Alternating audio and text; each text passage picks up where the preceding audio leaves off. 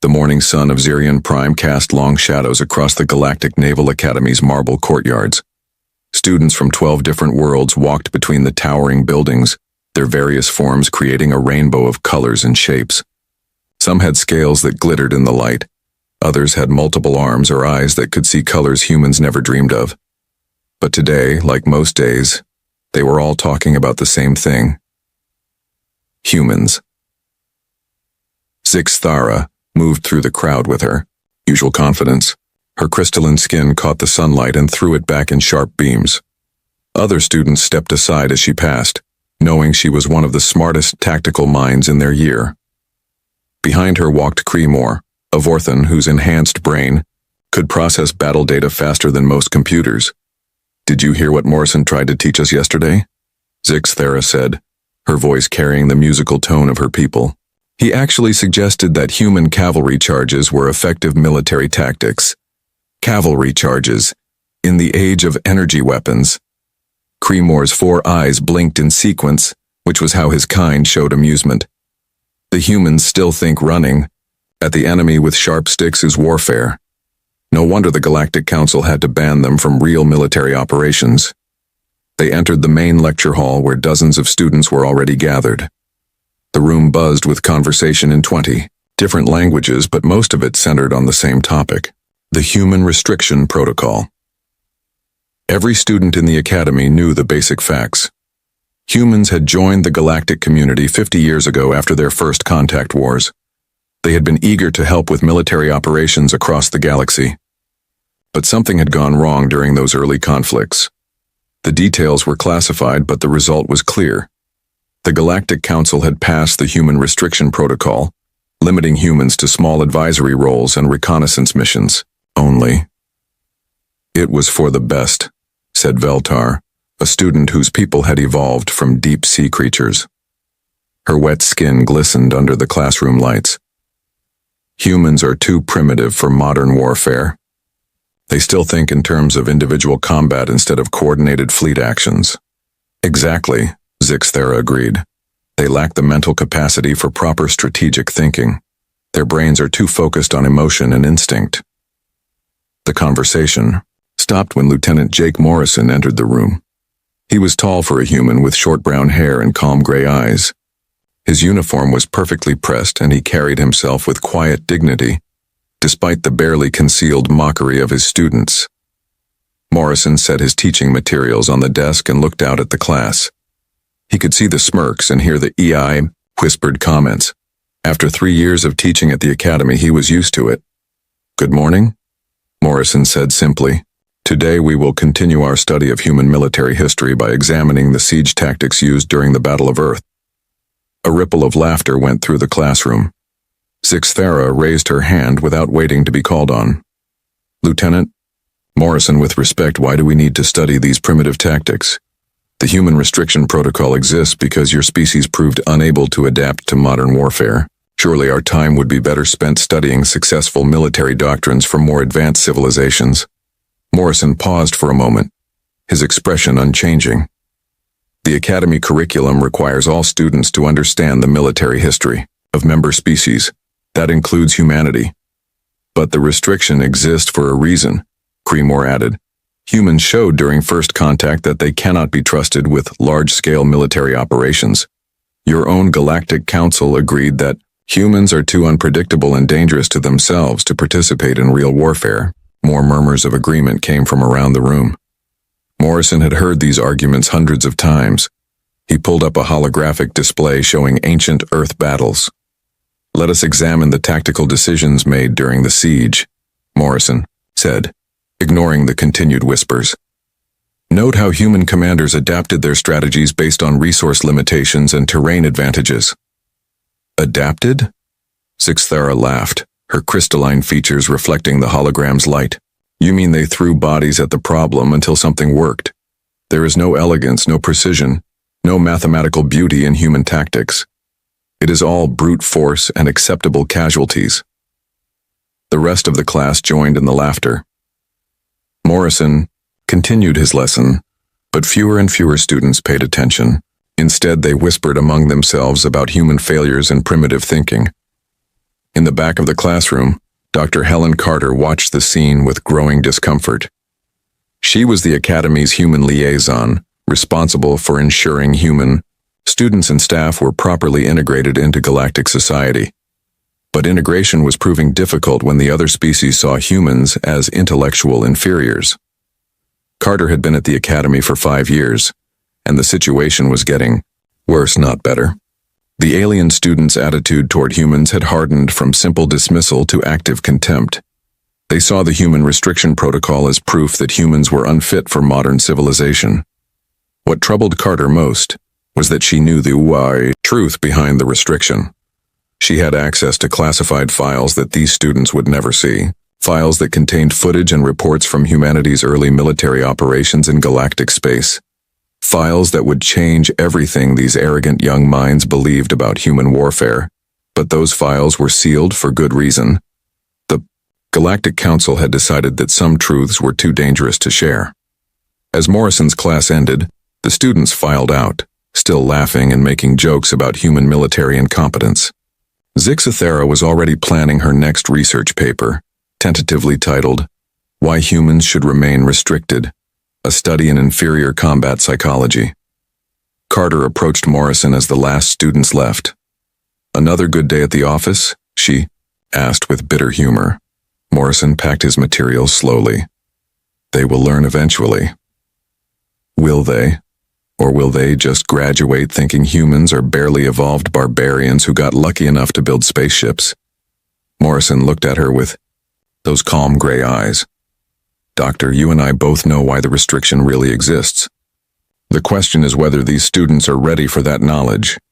Carter thought about the classified files in her office, footage from Kepler 442, New Geneva, and a dozen other worlds where human military units had operated before the restriction. Footage that would explain why the Galactic Council really feared human involvement in large-scale warfare. "Maybe it is time they learned," she said quietly. Morrison nodded. "Maybe it is." Outside, Zixathera was already gathering support for her petition to remove human military history from the Academy curriculum entirely. She believed she was fighting against primitive thinking and inferior tactical doctrine. She had no idea she was about to learn the most terrifying lesson of her young life. 3 days later, Zixathera stood before Dean Quardell's massive desk, holding a datapad filled with signatures. The dean was an impressive sight even by galactic standards. His 6 arms moved independently as he reviewed documents, signed papers, and operated multiple computer terminals at once. His pale blue skin had the texture of ancient marble, and his large black eyes missed nothing. "Dean Quardell," Zixathera began, her voice filled with confident authority, "I present to you a petition signed by over 200 students from 11 different species. We request the immediate removal of human military history from our curriculum." The dean stopped his multitasking and focused all his attention on the young Zilonian. "This is a serious request, Miss Zixathera. What grounds do you offer for such a change?" Creemore stepped forward, his enhanced brain already organizing the arguments they had prepared. "Sir, we believe that studying primitive human warfare is beneath our intellectual capacity. The time spent on human tactics could be better used, learning advanced strategic concepts from more developed civilizations. The human restriction protocol proves that humans are unfit for modern military operations," added Veltar from behind them. "Why should we study the methods of a species that the Galactic Council has declared too dangerous to trust with real warfare?" Dean Quardell leaned back in his chair, his 6 arms folding in a gesture that showed deep thought. "You believe human military doctrine has no educational value?" "None whatsoever," Zixathera said firmly. "Human tactics are based on primitive instincts and emotional responses. They lack the mathematical precision and logical structure that define proper military science. Studying them actually makes us worse strategists because it teaches us to think like barbarians." The dean was quiet for a long moment. As head of the most prestigious military academy in the galaxy, he had seen many young minds filled with arrogance. But he also valued knowledge above all else, even uncomfortable knowledge. "I will consider your petition," he said finally. "But first, I want you to attend a special presentation this afternoon. A human military observer is visiting our academy, and he has offered to share some historical footage with interested students. Zixthera's crystalline features lit up with excitement. Perfect. This will give us a chance to demonstrate to the other students just how inadequate human military thinking really is. When they see actual footage of human combat failures, support for our petition will grow even stronger. Excellent, Creemore agreed.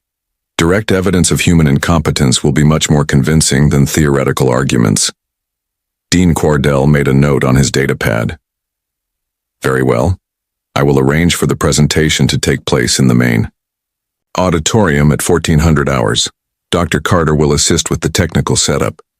As the students left his office, buzzing with anticipation, Dean Quardell touched a communication device on his desk.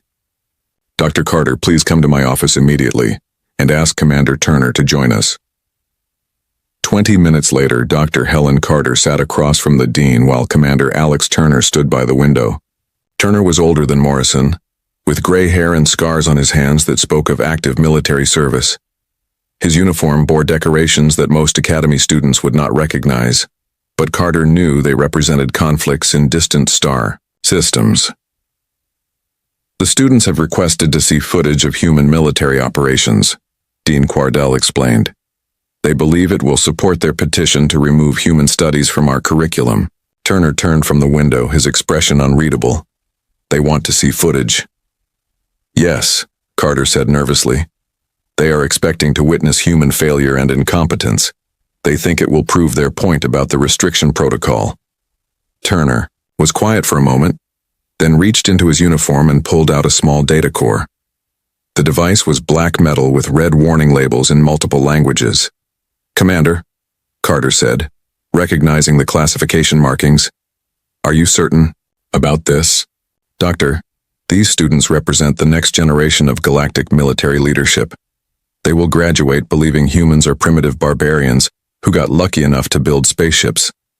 That attitude could be dangerous in the wrong circumstances, Dean. Quardell studied the data core with interest. What does this contain? Combat footage from the Kepler 442 incident, Turner replied. Full documentation of human military operations before the restriction protocol was implemented. Carter felt her stomach tighten. She had read the reports from Kepler 442, but she had never seen the actual footage. The written accounts alone had given her nightmares. Commander, that footage is classified at the highest levels. The Galactic Council specifically ordered it, sealed to prevent panic among member species. Turner met her gaze steadily. The classification was to prevent panic among civilian populations. These are military academy students. If they are going to mock human warfare, they should understand what they are mocking. Dean Quardell extended one of his 6 hands. May I examine this data core? Turner handed it over. The footage is authentic and unedited. It shows exactly what happened when 200 human soldiers encountered 50,000 Vakmor swarm warriors. The dean's large black eyes widened slightly. Every species in the galaxy knew about the Vakmor. They were an insectoid race that had consumed 3 entire star systems before mysteriously disappearing 50 years ago. Most historians assumed they had simply moved to another galaxy. The humans fought the Vakmor? Dean Quardell asked. The humans destroyed the Vakmor, Turner corrected. Completely. The entire species. That is why they vanished from galactic history. Carter stared at the commander.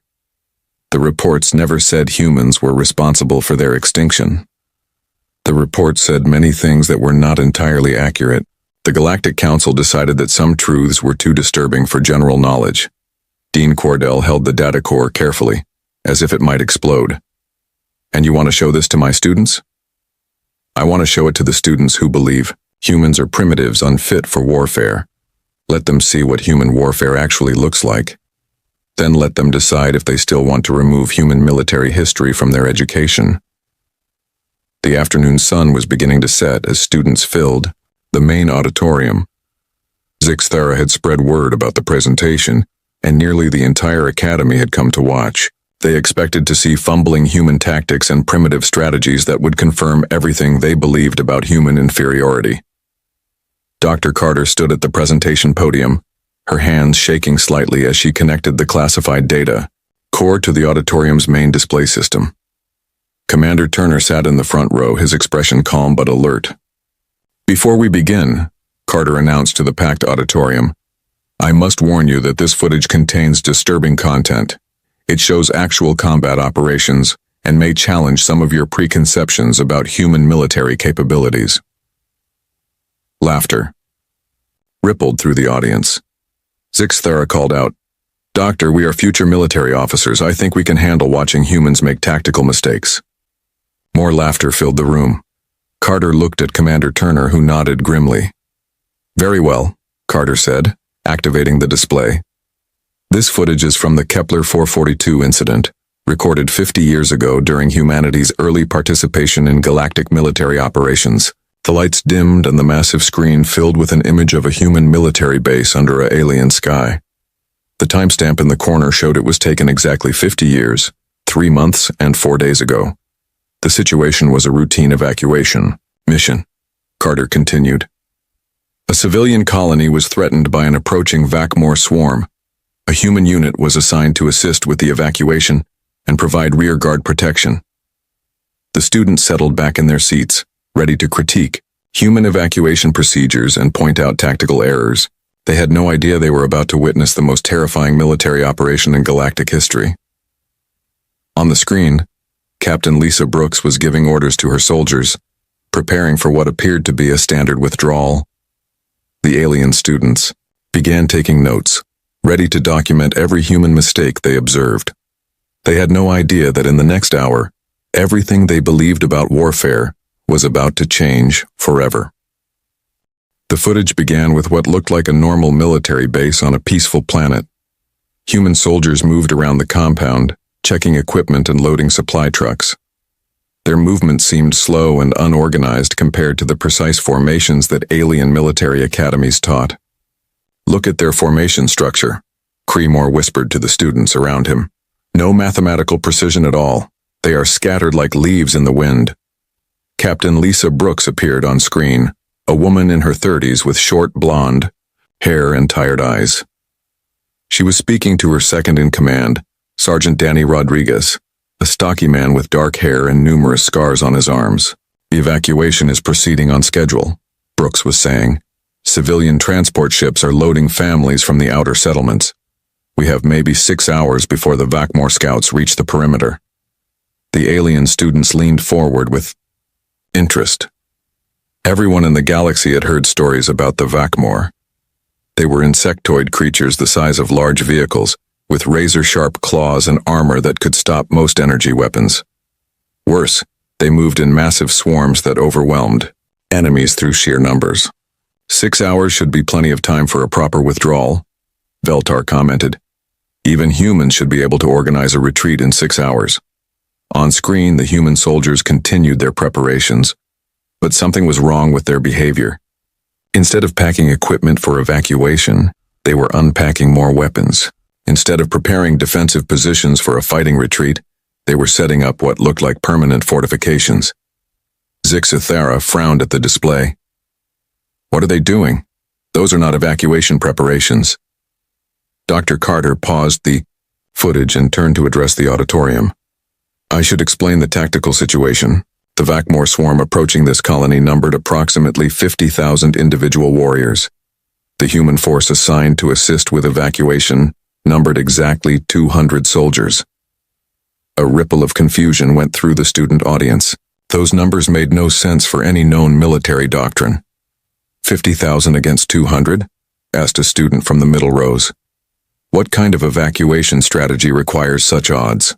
"That is what we are about to see," Dr. Carter replied, restarting the footage. The screen showed Captain Brooks receiving a communication from Orbital Command. Her expression grew serious as she listened to the message. When the communication ended, she gathered her soldiers around her. "Change of plans," Brooks announced to her troops. "Orbital surveillance shows the Vakmor main force is moving faster than expected. The civilian transports will not finish evacuation in time." Sergeant Rodriguez checked his tactical display. "How long do we have?" 2 hours, maybe less, Lady Yao. Alien students watched as the human soldiers absorbed this information. By all military logic, this was the moment when any rational commander would order immediate withdrawal. 200 soldiers could not possibly hold off 50,000 enemies for 2 hours. The only sensible decision was to retreat and save as many lives as possible. Captain Brooks looked at her soldiers for a long moment. Then she said something that made every alien student in the auditorium freeze. "We are not withdrawing." The camera captured the faces of the human soldiers as they heard this order. None of them looked surprised. None of them protested. A few actually smiled. "Sir," Rodriguez said, 50,000 Vakmor against our unit. Those are impossible odds." "Yes, they are," Brooks agreed. "Which means the Vakmor will not expect us. To engage them directly, they will expect us to run. But we are not running. No, Sergeant. We are going to kill them all." Complete silence filled the academy auditorium. The alien students stared at the screen in disbelief. Creemore's enhanced brain tried to process what he had just heard, but the logic made no sense. "She cannot be serious," Zixthera whispered. "No rational commander would make such a decision." On screen, the human soldiers began preparations that defied everything the students had learned about military science. Instead of establishing defensive positions to delay the enemy, they were setting up what appeared to be offensive positions, designed to channel the Vakmor into specific areas. "They are creating kill zones," observed a student whose people specialized in defensive warfare. "But kill zones only work when you have superior firepower. 200 soldiers cannot generate enough firepower to stop 50,000 enemies." Dr. Carter paused the footage again. "At this point, I must remind you that everything you are about to see is authentic combat footage. No computer simulations, no training exercises. What you will witness actually happened." She looked out at the sea of alien faces, all showing various expressions of confusion and disbelief. The Vakmor had already destroyed 3 star systems before this encounter. Their military tactics had proven effective against every species they had encountered. They had never been defeated in open combat. Commander Turner stood up from his seat in the front row. The Vakmor were not just another enemy species. They were an extinction-level threat to galactic civilization. If they had not been stopped, at Kepler 442, they would have continued consuming worlds until nothing was left. "And you are telling us that 200 humans stopped them?" Zixthera called out, her voice filled with skepticism. "I am telling you to watch the footage and draw your own conclusions," Turner replied. The recording resumed. The first Vakmor. Scouts appeared on the horizon, massive insectoid shapes moving with frightening speed across the landscape. They were even larger than the alien students had imagined, each one the size of a small building with claws that could tear through metal. The human soldiers took their positions. Captain Brooks stood in the center of the formation, completely calm despite the approaching nightmare. "Contact in 30 seconds, Rodriguez reported. "Remember," Brooks called to her soldiers, "they are used to prey that runs. They have never fought prey that hunts back." The Vakmor scouts reached the human perimeter and attacked immediately, expecting the same easy victory they had achieved on dozens of other worlds. But instead of panicked retreat, they met concentrated fire from weapons that seemed specifically designed to penetrate their armor. The first wave of scouts fell within minutes. "How did they know what weapons to use?" asked a student whose people prided themselves on military intelligence. The Vakmor had never been successfully engaged before. How could the humans know their weaknesses? On screen, more Vakmor were arriving. Hundreds, then thousands. The sound of their approach was like thunder, a rumbling that shook the camera. Any normal military force would have been overwhelmed by the sheer psychological impact of facing such numbers. But the human soldiers seemed to become calmer as the odds grew worse. 10,000 contacts and climbing, Rodriguez reported, his voice steady despite the approaching disaster. "Good," Captain Brooks replied. "The more that come, the more we can kill in one place." Zixthera stood up in her seat, her crystalline features reflecting her confusion and growing fear. "This is impossible. No species thinks like this. No rational mind sees worse odds as an advantage." Dr. Carter stopped the footage one more time. "Miss Zixthera, you have spent considerable time studying human psychology for your research paper. In your expert opinion, what mental condition would cause A military commander to see impossible odds as a tactical advantage? The young Zolonian thought carefully, her analytical mind trying to find a logical explanation for what she was witnessing. Madness, she said finally. Only madness would cause such thinking. Yes, Dr. Carter agreed quietly. That is exactly what the Galactic Council concluded. The question you must now ask yourself is this: what happens when madness is applied systematically to military operations? She restarted the footage. On screen, the main Vakmor force was beginning to arrive. 50,000 insectoid killers that had never known defeat, approaching 200 humans who seemed genuinely excited about the impossible fight ahead of them. The alien students watched in growing horror as they began to understand that they were about to witness something far beyond their comprehension. This was not primitive human tactics. This was something else entirely.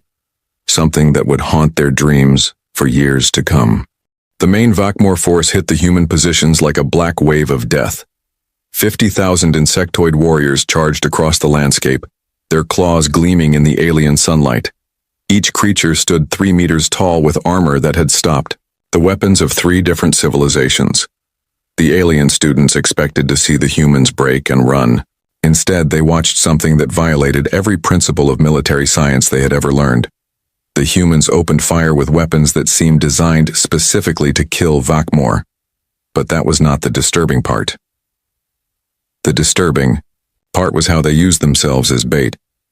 Squad 7, advance to position Alpha, Captain Brooks ordered over the radio. Let them see you. On screen, 12 human soldiers ran forward into an exposed position where thousands of Vakmor could see them clearly. The insectoid warriors immediately changed direction to attack this small, apparently vulnerable group. They are going to be slaughtered, Feltar whispered, her wet skin growing pale as she watched. But Squad 7 did not retreat when the Vakmor charged toward them. Instead, they held their position until the last possible second. Then Sergeant Rodriguez's voice came over the radio. Now. The ground around Squad 7 exploded. Hidden charges that had been planted earlier detonated in perfect sequence, creating a chain reaction that killed over 2,000 Vakmor in less than 10 seconds. The 12 human soldiers vanished in the explosion along with their enemies. Complete silence filled the Academy auditorium. They killed themselves, Creemore said, his 4 eyes blinking rapidly as his enhanced brain tried to process what he had witnessed. They deliberately killed themselves to eliminate the enemy. On screen, Captain Brooks watched the explosion calmly. Squad 7 eliminated. Enemy losses approximately 2,000. Acceptable exchange ratio. Acceptable?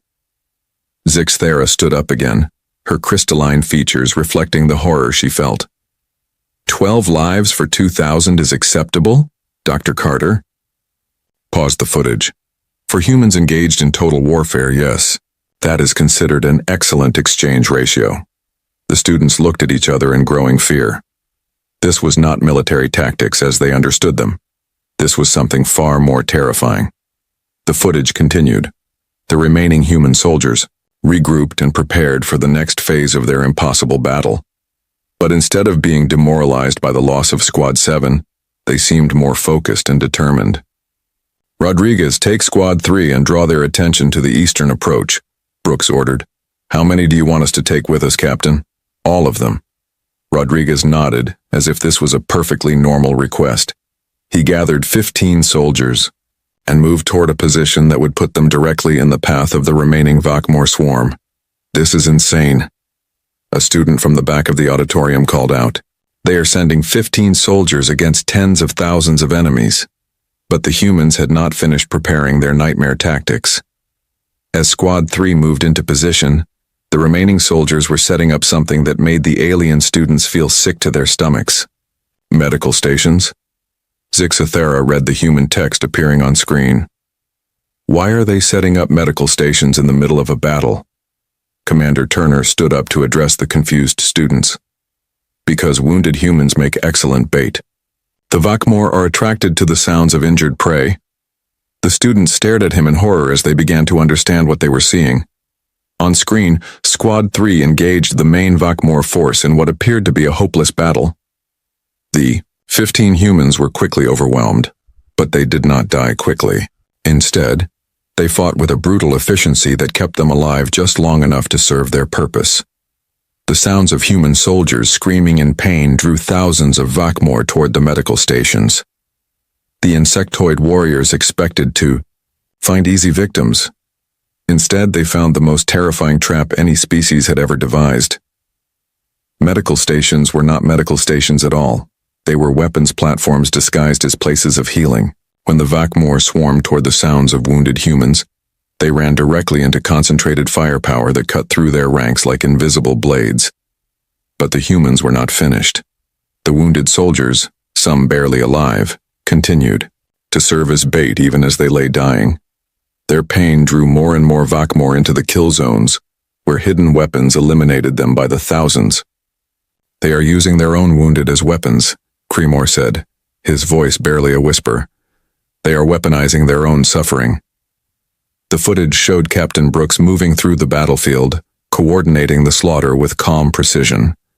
She stepped over the bodies of her own soldiers without emotion, focused entirely on maximizing enemy casualties. "Squad 5, position yourselves in Sector 7. Make sure you are visible when you get wounded." "Understood, Captain. How long do you want us to stay alive after contact?" "Long enough to draw at least 5,000 targets into range." The alien students watched in sick fascination as Squad 5 deliberately exposed themselves to Vakmor claws, taking wounds that would normally require immediate medical attention. But instead of seeking help, they used their injuries to lure more enemies into carefully prepared ambush zones. "Captain," Rodriguez's voice came over the radio, weak with pain but still determined. "I count 15,000 more contacts approaching from the north." "Good," Brooks replied, reloading her weapon with mechanical precision. "Channel them toward the civilians." "Toward the civilians?" Zixthara screamed, finally reaching her breaking point. "They are using civilian evacuation sites as bait." Dr. Carter paused the footage again. "The evacuation sites are empty. The civilians were moved to secure positions hours ago, but the Vakmor do not know this."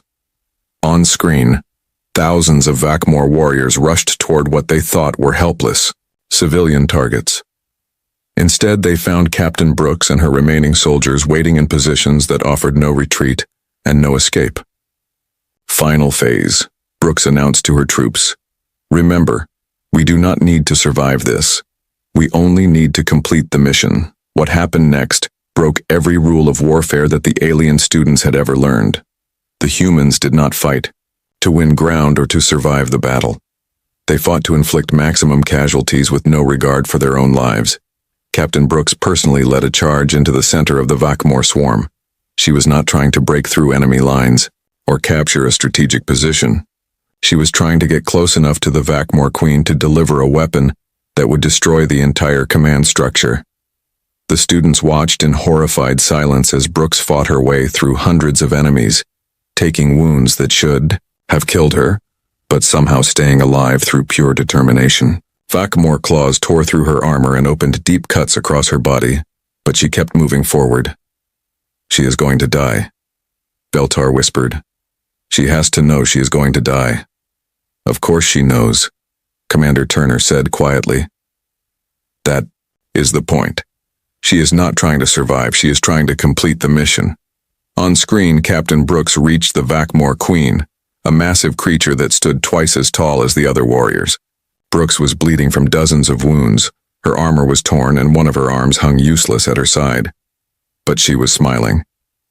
The Queen's claws pierced through Brooks' chest, lifting her off the ground. Any normal species would have died instantly from such wounds. But Brooks had one last action to complete. She activated the weapon she had carried through the entire battle, a device that released something into the Vakmor Queen's body. The Queen convulsed and screamed, then collapsed. Within seconds, every Vakmor warrior on the battlefield began to fall as well. Captain Brooks died with that smile still on her face, watching 50,000 enemies die around her. The footage ended with the aftermath. 200 human soldiers had engaged 50,000 Vakmor warriors.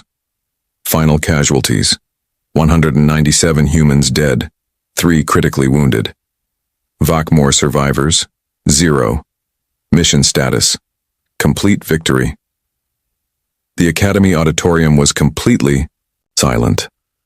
The alien students sat frozen in their seats trying to process what they had witnessed. Finally, Zixithara found her voice. "Why?" she asked, her crystal features reflecting her confusion and terror. "Why would anyone fight like that?" Dr. Carter looked out at the sea of horrified faces. "Because that is what humans do when we decide something must be stopped. We do not fight to survive. We fight to win, regardless of the cost." Commander Turner stepped forward. "The Galactic Council did not ban humans from warfare to protect the galaxy from our incompetence. They banned us to protect the galaxy from our competence." The terrible truth settled over the students like a heavy blanket. The human restriction protocol was not about human weakness.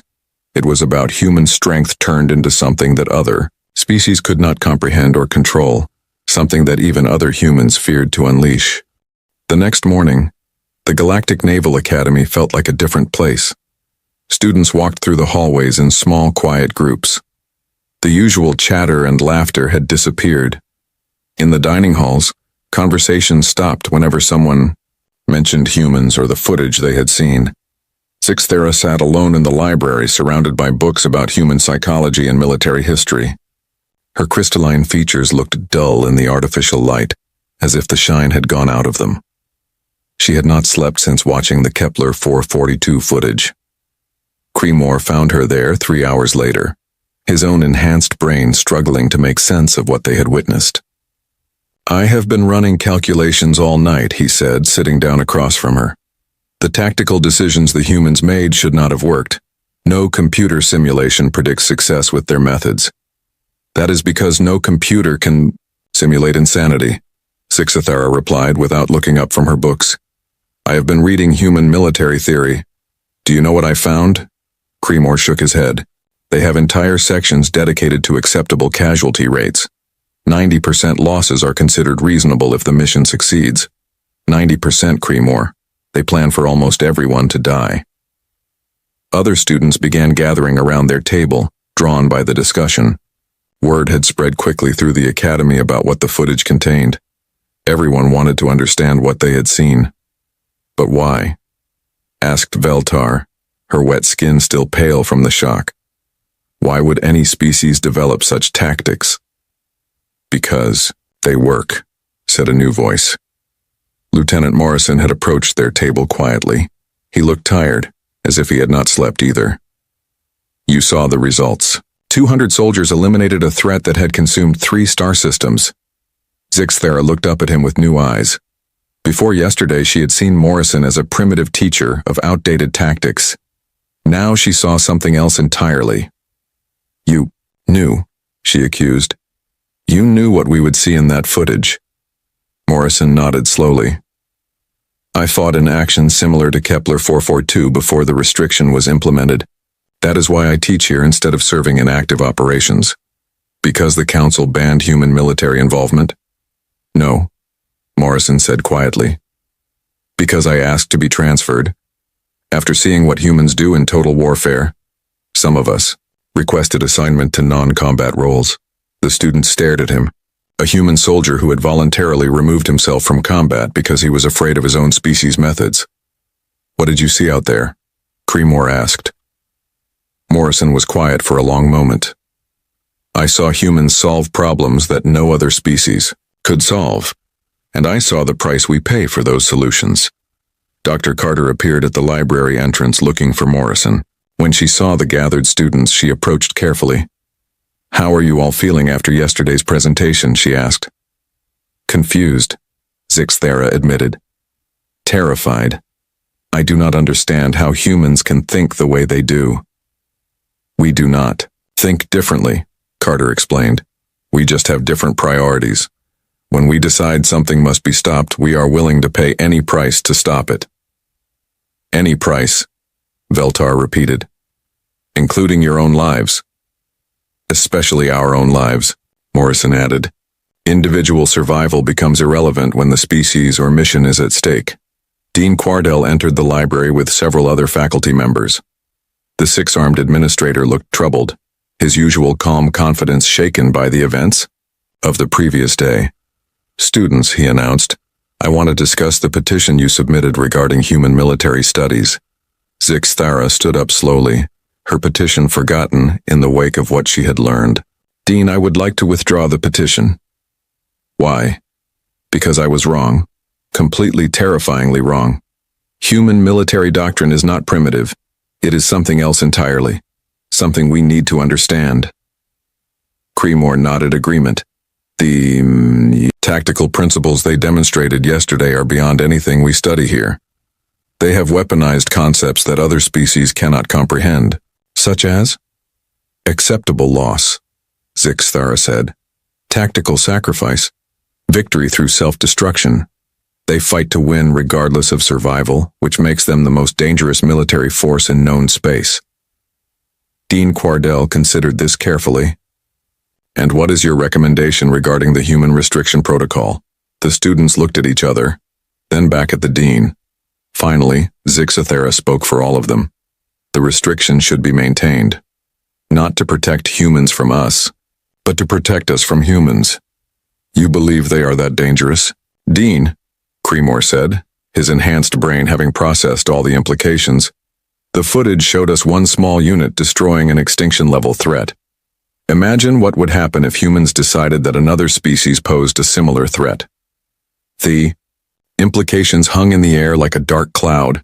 Every student understood what Creemore meant. If humans could eliminate 50,000 Vakmor with 200 soldiers, what could they do with a full military fleet?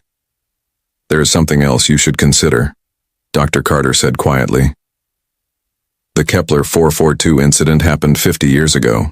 Human military technology and tactics have advanced significantly since then." "You mean they have gotten better at warfare?"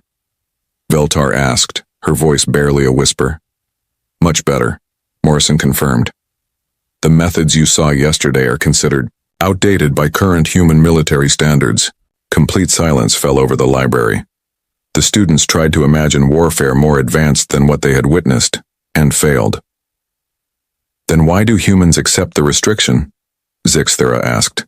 "If you are as powerful as the footage suggests, why do you allow the Council to limit your military involvement?" Morrison and Carter exchanged glances. Finally, Morrison answered, "Because we choose to. We understand what we are capable of, and we understand that other species fear us for good reason. We accept the restrictions because we want to be part of galactic civilization, not its destroyers." "But the choice is yours," Dean Quardell observed. "You could reject the restrictions at any time." "Yes," Carter agreed. "The restriction only works because humans enforce it on ourselves. The day we decide to stop accepting it—" She let the sentence hang unfinished, but everyone understood the implication. Over the following weeks, the academy changed completely. Lieutenant Morrison's classes became the most popular on campus. Students who had once mocked human military doctrine now studied it with fearful fascination. Research papers shifted from ridiculing human tactics to analyzing human combat psychology and the tactical applications of acceptable casualties. The library's human military history section, once ignored, became constantly occupied. But the most significant change was in how the students viewed the human restriction protocol. What had once seemed like evidence of human weakness was now understood as the most important peace treaty in galactic history. Zixthara presented her final research paper to a packed auditorium. The title had changed from her original plan, Why the Human Restriction Protocol Must Be Maintained, a study in voluntary restraint as ultimate power. "We have learned that humans are not restricted from galactic warfare because they are primitive or ineffective," she concluded. "They are restricted because they have weaponized concepts that other species cannot understand. Acceptable loss, tactical sacrifice, and victory through destruction of self." She paused, looking out at her fellow students. "Every species in the galaxy fights to survive. Humans fight to win, regardless of survival. This makes them more dangerous than any weapon we have ever developed. Therefore," she continued, "the human restriction protocol should be maintained, not as punishment for human incompetence but as protection for galactic civilization." The auditorium erupted in applause, but it was not the cheerful applause of academic success. It was the grim applause of beings who had looked into the abyss and understood what they had seen. After the presentation, Zix-Thera found Lieutenant Morrison in his office. "Lieutenant, I have one final question." "What is it?" "The footage showed humans choosing to accept terrible casualties to achieve victory. But you also choose to accept restrictions that limit your power. Why?" Morrison looked out his office window, at the alien students walking across the campus, laughing and learning together in the peaceful environment of the academy. "Because some victories are not worth the price," he said quietly. "We could rule the galaxy through fear. We could eliminate any species that opposes us, but what kind of existence would that be? You choose restraint. We choose to be better than what we are capable of being. That is the most human thing of all." As Zix-Thera left his office, she realized she had learned the most important lesson of her education. The most dangerous beings in the galaxy were not those who could destroy everything in their path. The most dangerous beings were those who could destroy everything, but chose not to. And somewhere in the depths of space, humanity continued to patrol the borders of civilization, accepting restrictions they could break at any moment, protecting species that feared them, and carrying the burden of being the galaxy's most terrible and most necessary guardians. The restriction would hold, as long as humans chose to honor it, and everyone hoped they would never choose otherwise. The red sun of Aurea rose slowly over the eastern hills, casting long shadows across the mining compound. Tom wiped the sweat from his brow and leaned on his shovel for a moment of rest. His once strong hands were now covered in calluses and small cuts. 3 years of hard labor had changed him, just as it had changed all the survivors. "Keep moving," growled a harsh voice behind him. No breaks until the noon bell. Tom turned to see one of the razor guards standing there, its scaled skin gleaming in the morning light. The alien stood almost 7 feet tall, with 4 arms and a face that reminded Tom of the lizards he had kept as pets back on Earth. But there was nothing pet-like about the razors. They were conquerors, slavers, and killers. "Sorry," Tom muttered, returning to his work. He knew better than to argue. Last week, a man named Pete had talked back to a guard. They hadn't seen Pete since. The mining compound stretched for miles around him. Once, this had been the proud human colony of New Hope. Now it was just another razor work camp. 500 people remained from the original 3,000 colonists. The rest had died in the initial attack, or in the harsh years that followed. At the far end of the compound, Anna was sorting minerals on a conveyor belt. Her fingers moved quickly, separating the valuable blue crystals from the worthless rock. The razors prized these crystals above all else. They powered their ships, their weapons, and their strange machines. Anna looked up briefly, catching Tom's eye across the yard. She gave him a small nod, their secret signal that everything was okay. They had been friends since childhood and had come to Aurea together, full of hope for a new life. Now they just hoped to survive another day. A loud horn signaled the midday break. The workers shuffled toward the food line, keeping their heads down. Meals were the same every day. A gray paste that tasted like nothing, but kept them alive. "Marcus wants to meet," Anna whispered as she slid onto the bench beside Tom. "Tonight." "The usual place." Tom nodded slightly. Marcus had been a military officer back on Earth before coming to Aurea to lead the colony's small security team. When the Razors attacked, he had organized what little resistance they could manage. It hadn't been enough, but many people would have died without his quick thinking. Now, Marcus led what remained of their hope, a small resistance group that met in secret, planning for a day when they might be free again. The afternoon work was harder than the morning. The temperature rose to almost unbearable levels, and 2 people collapsed from heat exhaustion. The Razor Guard simply dragged them to the shade and ordered others to take their places. There was no mercy here, only work. When darkness finally fell, Tom made his way carefully through the sleeping quarters. The colonists lived in what had once been storage sheds. 30 people packed into spaces meant for equipment. There was no privacy, no comfort, only exhausted bodies trying to rest before another day of labor. Behind the water recycling unit, a small panel in the wall slid open when Tom knocked 3 times. He crawled through into a narrow maintenance tunnel. "You're late," Marcus said as Tom emerged into a small room. It had once been part of the colony's water system, forgotten when the Razors rebuilt everything to suit their needs. Anna was already there, along with 5 others, the core of their resistance. They sat on upturned buckets and crates in a circle, their faces lit by a single dim light powered by a stolen Razor battery. "They added more guards to the north section," Tom explained. "Had to wait until they changed shifts." Marcus nodded. He was a tall man with a hard face that rarely smiled anymore, but his eyes still burned with the same intensity they had on the first day of the invasion. "We need to talk about the communications tower," Marcus said, pointing to a rough map spread on the floor. "The Razors are bringing in new equipment next week. This might be our only chance." "Chance for what?" asked Bill, an older man who had been the colony's doctor before the invasion. "To get ourselves killed." "To contact Earth," Anna said firmly. "I've been studying their tech when they aren't looking. I think I can modify one of their communication arrays to send a message on our old frequencies." "Earth abandoned us," Jane said bitterly. She had lost her husband and 2 children in the first attacks. "They never sent help. Why would they come now?" "We don't know that," Marcus replied. "The Razors destroyed our communication satellites in the first hour. Earth might not even know what happened here." Tom looked around at the tired faces. Even if Earth knows, they might not have the technology to fight the Razors. "We all saw what happened to our ships." The room fell silent as everyone remembered. The colony had only had 3 small ships in orbit when the Razors arrived. They had been destroyed in seconds, burning up in Aurea's atmosphere like shooting stars. "It's been 3 years," Marcus said quietly. "Technology advances quickly in wartime. If Earth knows they have an enemy, they've been preparing."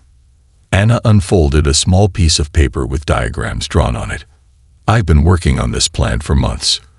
The Razors change the access codes to their systems every 2 weeks. The next change is in 3 days. There's a small window during the change when I might be able to send a tight beam transmission." "Might?"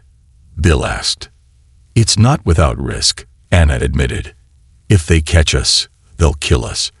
Not just those involved. They'll make an example of many." The room fell silent again. Tom looked at the faces around him, worn by hard work and harder choices. "I'll help," he said finally. "If there's even a small chance Earth can send help, we have to try." One by one, the others nodded. Hope was a dangerous thing in a place like this. But without it, they were already dead. "Then it's settled," Marcus said, rolling up the map. "We have 3 days to prepare. Tom and Anna will handle the communication array. The rest of us will create a distraction." As they left the hidden room one by one, returning to their beds, Tom looked up at the night sky through a small crack in the roof. Somewhere up there was Earth, so far away it was just a memory. Were they still looking for their lost colony? Did they even know Aurea had fallen? 3 years of slavery had nearly broken them. But tonight, for the first time in a long time, Tom felt something dangerous stirring in his chest. Hope. 3 days passed quickly. Tom spent his work shifts watching the guard patterns and memorizing the timing of their rounds. Each night, the small resistance group met to refine their plan. The tension grew with every passing hour. "Tomorrow night," Marcus announced during their final meeting. "The guards change shifts at midnight, and there's a supply ship landing at the south end of the compound. Most of the Razors will be busy with unloading." Anna held up a small device she had built from stolen parts. It was no bigger than her palm. A mess of wires and circuit boards wrapped in cloth to keep it quiet. "This will help me bypass their security," she explained. "But I'll only have a few minutes to send the message before they detect the unauthorized transmission." "What exactly are you going to send?" Jane asked. "We can't just say, 'Help us,' and expect Earth to mount a rescue mission." Anna nodded. I've prepared a data packet. Our coordinates, information about the Razors, their numbers, their technology, and a compressed history of what happened here. It's everything Earth would need to understand what they're facing. The plan was simple, but dangerous. Bill and Jane would create a distraction near the food storage area. Marcus and 2 others would disable the power to the secondary security systems. Tom would help Anna reach the communications tower and stand guard while she sent the message. Get some sleep, Marcus told them. Tomorrow, we fight back. But sleep didn't come easily for Tom. He lay on his thin mat, staring at the ceiling, his mind racing with all the things that could go wrong. Around him, the soft sounds of breathing and occasional coughs filled the cramped sleeping quarters. These people had become his family over the past 3 years. How many would survive tomorrow? Morning came too soon. The day dragged on with agonizing slowness. Tom went through his usual work routine, shoveling more into carts, but his eyes constantly drifted to the tall communications tower that stood at the center of the compound. Tonight, that tower would either be their salvation or their doom. When evening finally arrived, Tom met Anna behind the water recycling unit.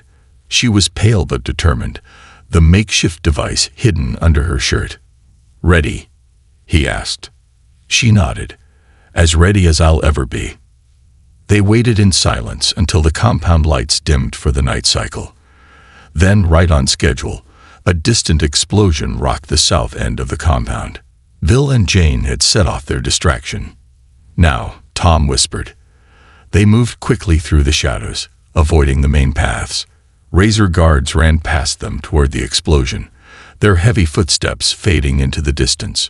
So far, the plan was working. The communications tower was surrounded by a fence topped with sharp spikes. But Marcus had done his job. The power indicator on the fence was dark. Tom helped Anna climb over, then followed, tearing his shirt on one of the spikes. "This way," Anna whispered, pointing to a small maintenance door at the base of the tower. Inside, the tower hummed with energy. Blinking lights filled the darkness, and the air smelled of ozone and hot metal. Anna moved confidently through the maze of equipment, her eyes scanning for the main control panel. "There," she said, pointing to a large console. "Keep watch. I need at least 3 minutes." Tom positioned himself near the door, his heart pounding in his chest. Through a small window, he could see Razor guards returning from the distraction site. They moved with purpose, which meant they had realized it was a diversion. "Hurry," he urged. Anna worked quickly, her fingers dancing over the alien controls. She connected her device to the console and began typing commands. "It's fighting me," she muttered. "The security protocols are adapting." Tom watched anxiously as a group of guards approached the tower. "Anna, we're running out of time." "Almost there," she said, sweat beading on her forehead. "The system is accepting my commands, but it keeps trying to lock me out."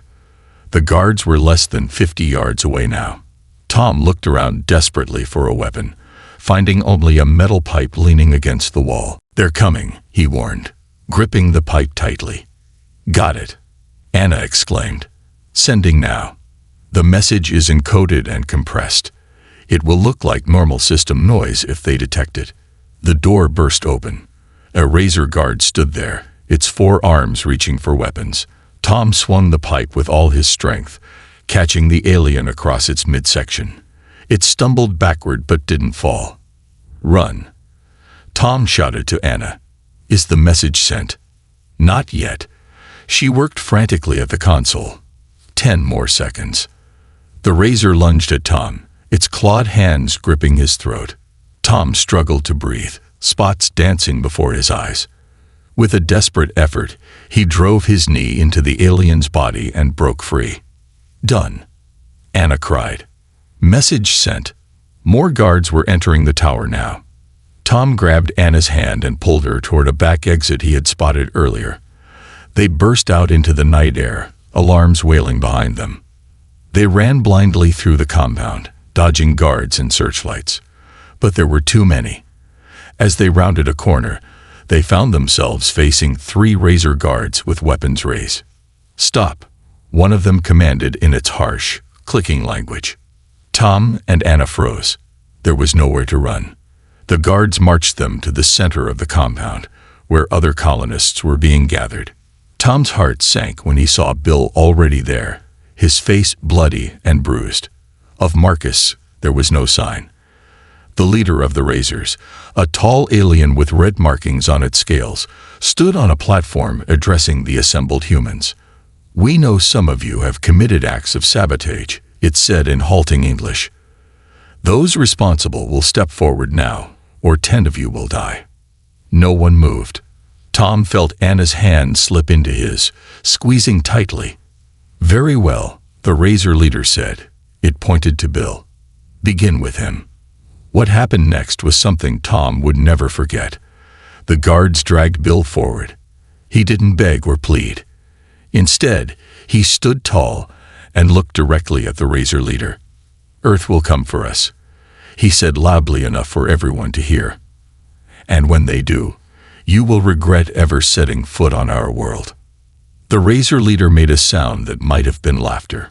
"Earth does not know you exist anymore. No one is coming to save you." Bill smiled. "We'll see." The guards raised their weapons. Tom closed his eyes, unable to watch. The sound of energy weapons discharging filled the air. That night, 5 colonists died, including Bill. The Razors never discovered that a message had been sent. They found the damaged console but believed it was simple vandalism, part of the distraction. In the days that followed, life in the camp became even harder. Guards were doubled, work hours extended. But among the colonists, a whisper began to spread. The message was sent. No one knew if Earth had received it. No one knew if help would ever come. But for the first time in 3 years, the humans of Aurea allowed themselves to hope. And somewhere in the vast darkness of space, a small packet of data traveled toward Earth, carrying their desperate plea for help. 6 months passed since they had sent their desperate message into space. The seasons changed on Aurea, bringing heavy rains that turned the work yards into mud pits. Life in the camp continued its harsh routine, but something had changed among the colonists. They worked with their heads a little higher, their eyes watching the skies when the guards weren't looking. Tom had been reassigned to one of the observation posts after the incident, as the Razors called it. The aliens thought it was punishment. The towers were exposed to the elements, and the work was lonely, but Tom actually preferred it. From his post, he could see much of the compound, and more importantly, the sky above. It was during the early morning shift when Tom first noticed something strange. A flicker in the clouds, like heat lightning but with no sound. He watched it for several minutes before it disappeared. Probably just a weather anomaly, he thought. Aurea's atmosphere was known for unusual electrical storms. But the next day, it happened again. And the day after that. When Tom finally got a chance to speak with Anna, he told her about what he had seen. "Could be anything," she said cautiously. They were standing in the food line, keeping their voices low. "But keep watching." Marcus joined them, sliding into line behind Anna. He looked thinner than ever, his face gaunt from the extra work shifts the Razors had assigned him after the escape attempt. "The guards are nervous," he said quietly. "Something's happening. Their commanders have been in meetings all week." Tom felt a flutter of excitement in his chest, but kept his face neutral. "I've seen lights in the sky. 3 days in a row now." Marcus nodded slightly. "Keep it to yourself for now. But watch carefully." 2 more weeks passed. The strange lights appeared daily now, sometimes lasting for hours. The pattern was too regular to be natural. Tom started keeping a mental log, noting the timing and location of each appearance. Then came the day that changed everything. Tom was at his post when a Razor commander climbed up to his observation platform. The alien studied the sky through a strange device, ignoring Tom completely. More atmospheric disturbances, it muttered in its own language, not realizing Tom had learned enough of their speech to understand basic phrases. The commander made some adjustments to the device, then froze. It stared through the viewer again, its scaled skin changing color slightly. A sign of alarm, Tom had learned. The alien spoke urgently into a communication device, then hurried down the ladder. Within minutes, alarms were sounding across the compound. That night, extra guards were posted around the perimeter. Heavy weapons were brought out of storage, and the razor ships that usually sat idle began running engine tests. "Something's happening," Marcus whispered during the brief moment they passed each other at shift change. "Be ready." 3 days later, the entire sky above Aurea seemed to shimmer with strange light. The razors were clearly agitated now, their commanders barking orders as troops were redeployed around the compound. Defense systems that had been dormant for years were suddenly active again. Tom watched from his observation post as a massive storm system began to form in the upper atmosphere. It was unlike any weather pattern he had ever seen on Aurea. Too symmetrical, too controlled. The clouds spiraled outward from a central point, forming a perfect circle that expanded to cover much of the visible sky. A razor officer climbed up to Tom's platform, pushing him aside roughly. "What is that?" it demanded, pointing at the strange formation. Tom feigned ignorance. "Just clouds, sir. A storm coming." The officer studied him with cold reptilian eyes. "If you humans have something to do with this, how could we?" Tom asked, spreading his hands innocently. "We're just miners now." But inside, his heart was racing. Could it be? After all this time. That evening, Anna found him during the meal break. "The razors are scared," she whispered. "I overheard their technicians talking. They've detected energy signatures they can't identify in the upper atmosphere. Thousands of them." Tom couldn't keep the hope from his voice. "Earth?" Anna's eyes shone. Who else could it be? The next morning, the storm had grown even larger. The swirling clouds now covered the entire visible sky, turning day into an eerie twilight. Lightning flashed constantly within the formation, but there was no thunder, no rain, just the silent, pulsing energy. The razors ordered all humans confined to their quarters. Guards patrolled with weapons ready, watching the sky more than the prisoners. Their fear was almost palpable now. Marcus somehow managed to visit Tom's bunk that night, slipping past the distracted guards. "We need to be ready," he said, his voice barely audible. "If this is what we think it is, there will be a moment to act." "What should we do?" Tom asked. "Spread the word. When it starts, whatever it is, we fight back. Every human in this camp needs to be ready to seize any weapon they can find." Tom nodded. "What about Anna?" "She's already organizing the eastern section." "We'll." Marcus stopped mid-sentence. Outside, a new alarm was sounding, higher pitched, more urgent than anything they had heard before. The entire building shook as if struck by something massive. They rushed to the small window. The storm above had changed. The swirling clouds were now punctuated by thousands of tiny lights, like stars breaking through. But these lights were moving, descending. "They're coming," Marcus whispered, awe in his voice. The razor guards were running now, abandoning their posts to man the defense systems. Energy weapons powered up across the compound, firing blindly into the storm. But the lights continued to descend, unaffected. Through the window, Tom could see the first of them breaking through the cloud layer. They weren't ships, at least not like any he had seen before. They looked more like raindrops. Thousands of metallic raindrops falling from the sky, each trailing blue fire. "Orbital drop pods," Marcus said, his military training helping him recognize what they were seeing. "Earth has developed orbital drop technology." As they watched, the first pods struck the ground outside the compound perimeter. They didn't explode on impact as expected. Instead, they opened like flowers, and from each one emerged a figure in sleek armor. Human soldiers. "They came," Tom said, his voice cracking. "They actually came." Marcus gripped his shoulder, and they came like a storm. Outside, the night was suddenly bright with weapons fire, as Earth's forces engaged the Razor defenses. The storm above continued to deliver its payload of soldiers, a relentless rain of humanity descending on the unsuspecting aliens. "Now," Marcus said, turning to the other colonists who had gathered at the windows. "Now we fight back." Chaos erupted throughout the compound. The Razors were running in all directions, their usual discipline shattered by the surprise attack. Energy weapons fired into the sky, creating strange patterns of light against the storm clouds, but for every drop pod they managed to hit, 20 more broke through. "We need weapons," Marcus told the gathered colonists. There were about 40 of them in the barracks, men and women who had endured years of slavery. Their faces showed a mix of fear and hope. "The guard station at the end of this building should have what we need." Tom moved to the door and peeked out. 2 guards, both distracted by what's happening outside. Marcus nodded. "That's our first target. Ready?" The colonists had no real weapons, just tools and makeshift clubs they had hidden over the years. But they had numbers, and for the first time, they had hope.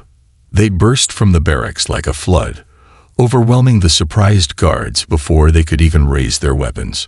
Tom grabbed one of the fallen energy rifles and passed it to Marcus, who knew how to use it.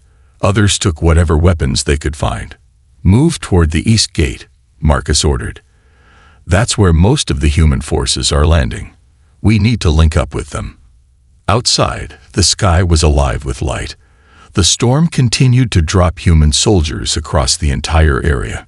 Each pod landed with precision, avoiding the colony buildings where humans were held. The Earth forces clearly knew exactly where their people were being kept. Tom helped an older man named Joe as they moved through the compound. All around them, the battle rage. Razor soldiers were falling back, overwhelmed by the constant rain of human troops. "Look!" Joe pointed upward, his voice filled with awe. Through a break in the clouds, they could see massive ships hovering in the upper atmosphere. They were unlike anything Tom had ever seen. Sleek, dark vessels that seemed to bend the light around them. "Earth has been busy," Marcus said, also looking up. "Those are warships. Big ones." As they watched, smaller craft detached from the larger vessels and began descending through the storm.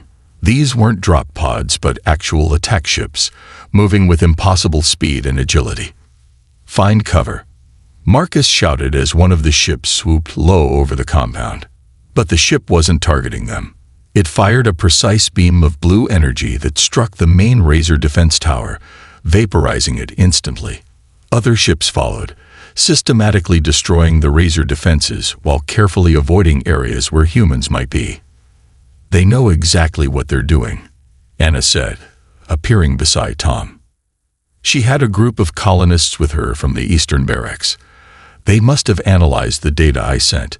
The colonists continued moving toward the east gate, gathering more of their people as they went. What had started as 40 was now over 100, a ragged army armed with stolen weapons and burning determination.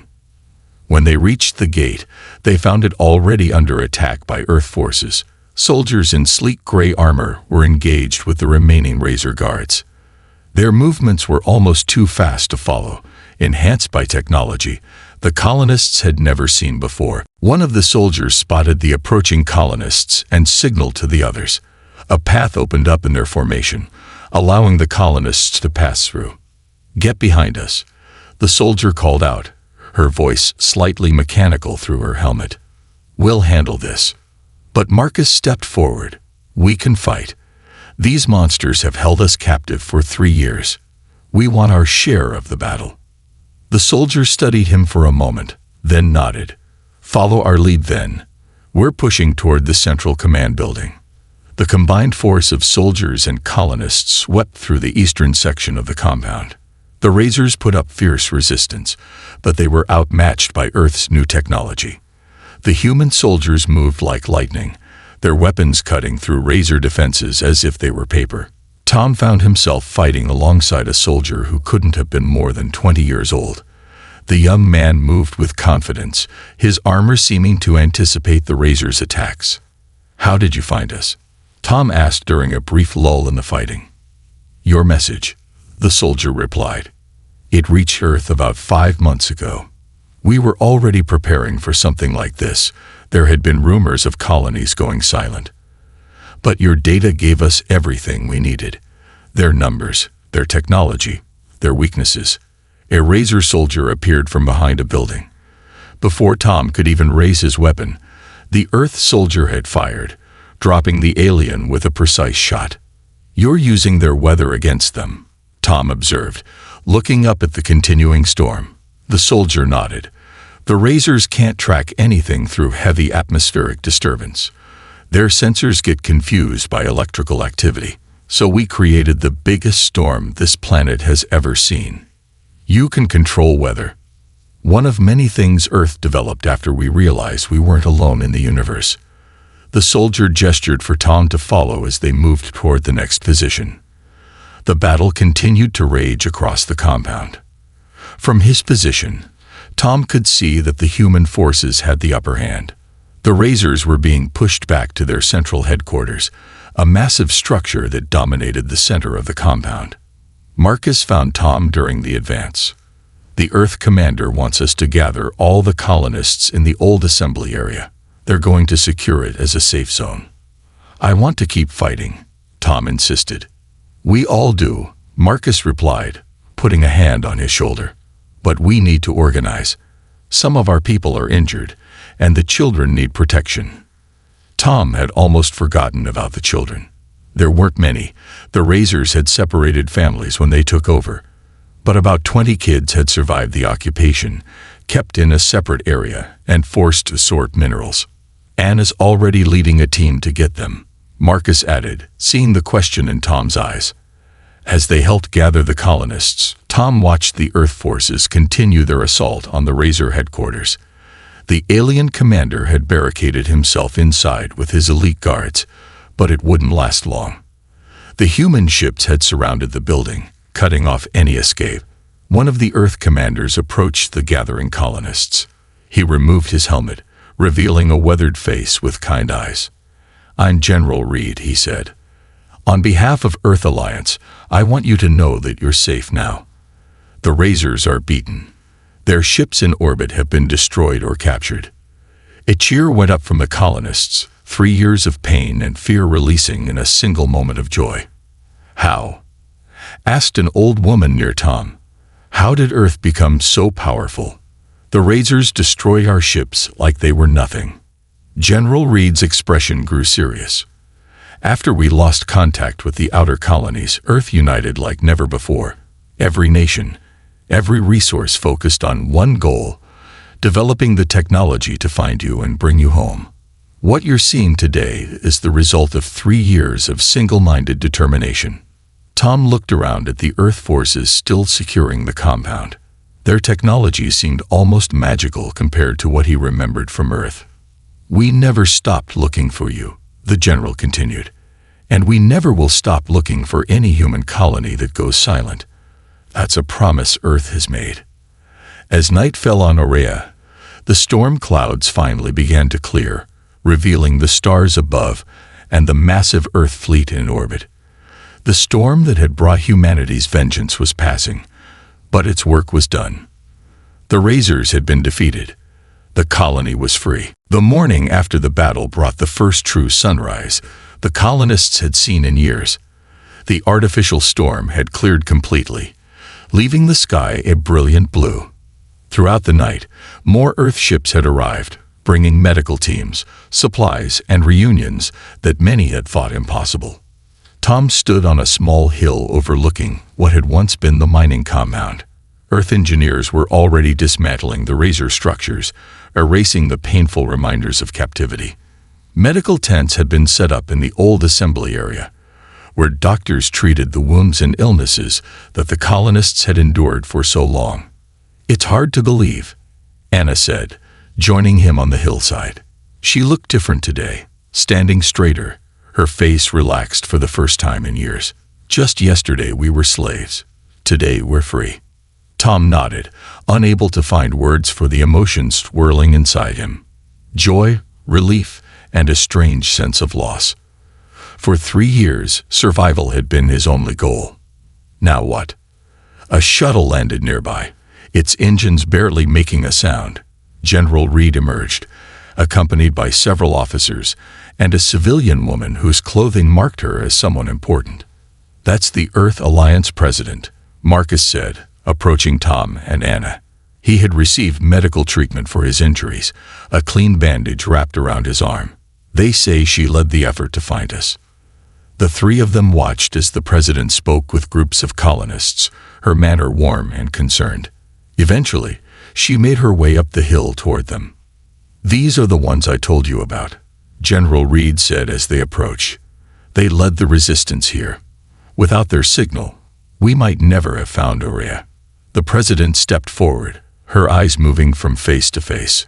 "On behalf of all humanity, I thank you for your courage. Your message changed everything for us." "We didn't know if anyone would hear it," Anna admitted. "Not only did we hear it," the president replied, "it confirmed what we had feared, that the Razors were systematically attacking human colonies. Your data about their technology was invaluable." She gestured toward the fleet visible in the sky above. "Everything you see here was developed specifically to counter the Razor threat. The weather manipulation technology, the enhanced soldiers, the stealth ships, all created after we analyzed your message." Tom looked up at the massive vessels with new understanding. "You built all this in just 6 months." The president's expression grew serious. "Earth has changed since you left, Tom. When the first colonies went silent 3 years ago, we didn't know what was happening. But as more disappeared, we realized we were under attack. Every nation, every resource was directed toward defense and finding our lost people." A group of soldiers approached, escorting a Razor commander in restraints. Its once proud bearing was gone, replaced by defeat. The alien looked small somehow, its fearsome appearance diminished by capture. "This one wishes to speak with you," one of the soldiers told the president. "It claims to be their fleet commander." The president nodded, and the soldiers brought the Razor forward.